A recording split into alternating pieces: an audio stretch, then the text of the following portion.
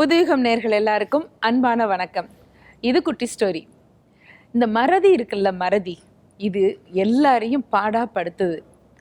எழுதி வச்சு ஞாபகமாக ஒரு வேலையை செய்யணும் அப்படின்னா எங்கே எழுதி வச்சோம் அப்படின்னு மறந்து போகிற அளவுக்கு நமக்கெல்லாம் மறதி வந்துடுது. ஆனால் மறக்கணும்னு நினைக்கிறத மறக்காமல் தவிக்கிறோம். சரிதானா? இது பற்றின ஒரு குட்டி ஸ்டோரியை தான் இன்றைக்கி நாம் தெரிஞ்சுக்க போகிறோம்.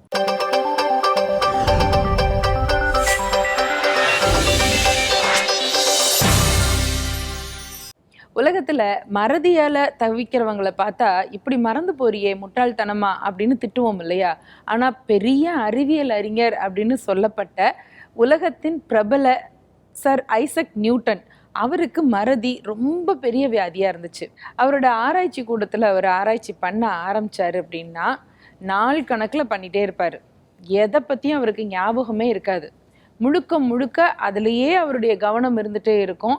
சுற்றி யார் வர்றாங்க போகிறாங்க எதை பற்றியுமே அவருக்கு தெரியாது. அது மாதிரி அவர் ஒரு நாளைக்கு மும்முரமாக ஆராய்ச்சி பண்ணிக்கிட்டே இருந்தார். அப்படி பண்ணிட்டு இருக்கிற போது வீட்டில் உள்ளவங்களுக்கு கொஞ்சம் கவலை வரும்ல. அவருக்கு சாப்பிடவே இல்லை. அவர் சாப்பாடு கொடுத்துட்டு வர்றதுக்காக ஒரு வேலையாள் ஒருத்தர்கிட்ட அவருக்கு பெரிய பிளேட்டில் சாப்பாடை கொடுத்து அனுப்புகிறாங்க. இவர் வேலை மும்மரத்தில் இருக்கிற போது அந்த வேலையாள் வந்தவர், சார் உங்களுக்கான சாப்பாடை வச்சுருக்கேன் அப்படின்னாரு. டேபிளில் வச்சுட்டு போ அப்படின்றாரு அவர். சார் சூடாக இருக்குது சாப்பிடுங்க அப்படிங்கிறார் அவர். இல்லை நான் பார்த்துக்கிறேன் நீ போ அப்படிங்கிறார் அவர். சார் உடனடியாக சாப்பிட்டுட்டு பிளேட்டை கொடுங்க அப்படிங்கிறார் அவர்.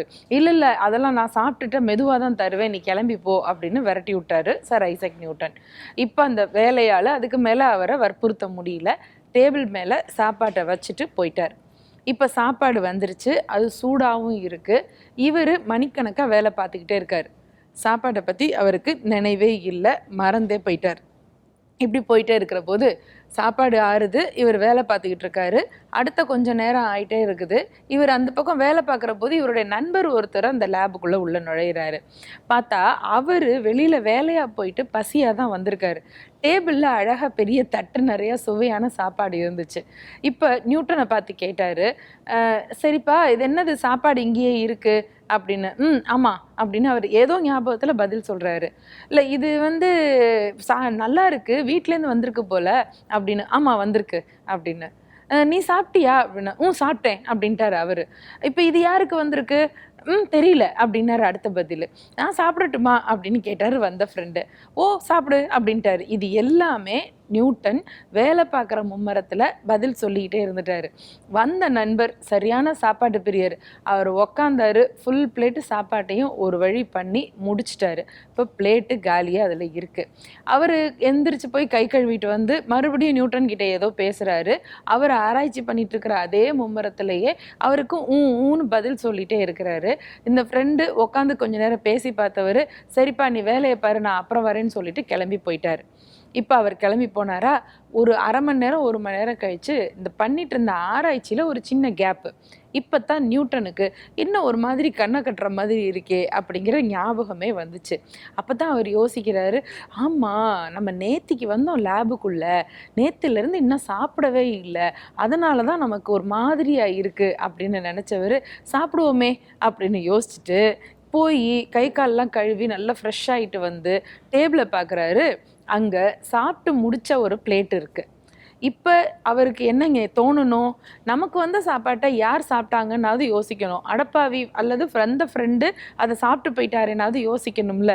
ஆனால் இங்கே தான் ட்விஸ்ட் என்னென்னா, நியூட்டன் என்ன நினச்சிட்டாருன்னா, ஓஹோ நமக்கு வந்த சாப்பாட்டை நம்ம சாப்பிட்டு முடிச்சிட்டோம், சாப்பிட்டு முடிச்சதுக்கப்புறமும் நமக்கு இன்னும் கொஞ்சம் பசிக்குது போல இருக்குது, சாப்பிட்டதே நமக்கு ஞாபகம் இல்லை பாரு அப்படின்னு நினச்சிட்டு யாரோ சாப்பிட்ட ஒரு ஃப்ரெண்டு சாப்பிட்ட அந்த தட்டை பார்த்துட்டு தான் சாப்பிட்டோன்னு நினச்சிக்கிட்டு மறுபடியும் லேபுக்குள்ளே வேலைக்கு போயிட்டார்.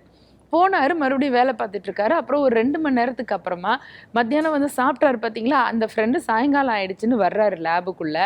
வந்தால் அப்போ தான் ஃப்ரெண்டை பார்த்து இவர், எப்போ வந்த நீ, இப்போ தான் வர்ற நீ, உன்னை ரொம்ப நாள் ஆச்சு பார்க்கவே இல்லை அப்படிங்கிறாரு நியூட்டன். இப்போ வந்த ஃப்ரெண்டு சொன்னார், அடப்பாவி என்ன ரொம்ப நாள் ஆச்சுங்கிற, மத்தியானம் கூட இங்கே வந்தேனே, உனக்கு வச்சுருந்த சாப்பாட்டை நான் தானே சாப்பிட்டேன், நீ கூட சாப்பிட்டுட்டேன்னு சொன்னியே, டேபிள் மேலே இருந்த சாப்பாட்டை நான் சாப்பிட்டேனே அப்படின்னு இந்த ஃப்ரெண்டு சொல்ல நியூட்டனுக்கு அப்போ தான் நினைவுக்கு வருது, ஓஹோ மத்தியானம் வந்த சாப்பாட்டை இவன் தான் சாப்பிட்ருக்கான், ஆனால் நம்ம சாப்பிட்டதா நாம் நினச்சிக்கிட்டு வேலையை பார்க்கவே ஆரம்பிச்சிருக்கிறோம் அப்படின்னு நியூட்டன் மனசுக்குள்ளே சிரிச்சுக்கிட்டே இருந்தாராம்.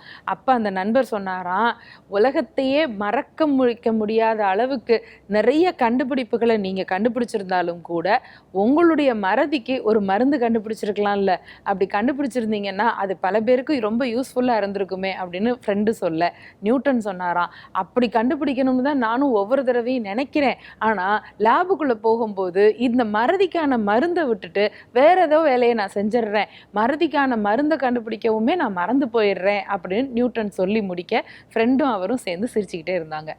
பெரிய அறிஞராக இருக்கலாம், பெரிய புத்திசாலியாக இருக்கலாம், ஆனால் இந்த மறதி இது மாதிரியான சின்ன சின்ன பின்னடைவுகள், பலவீனங்கள் எல்லாருக்குள்ளேயுமே இருக்குது.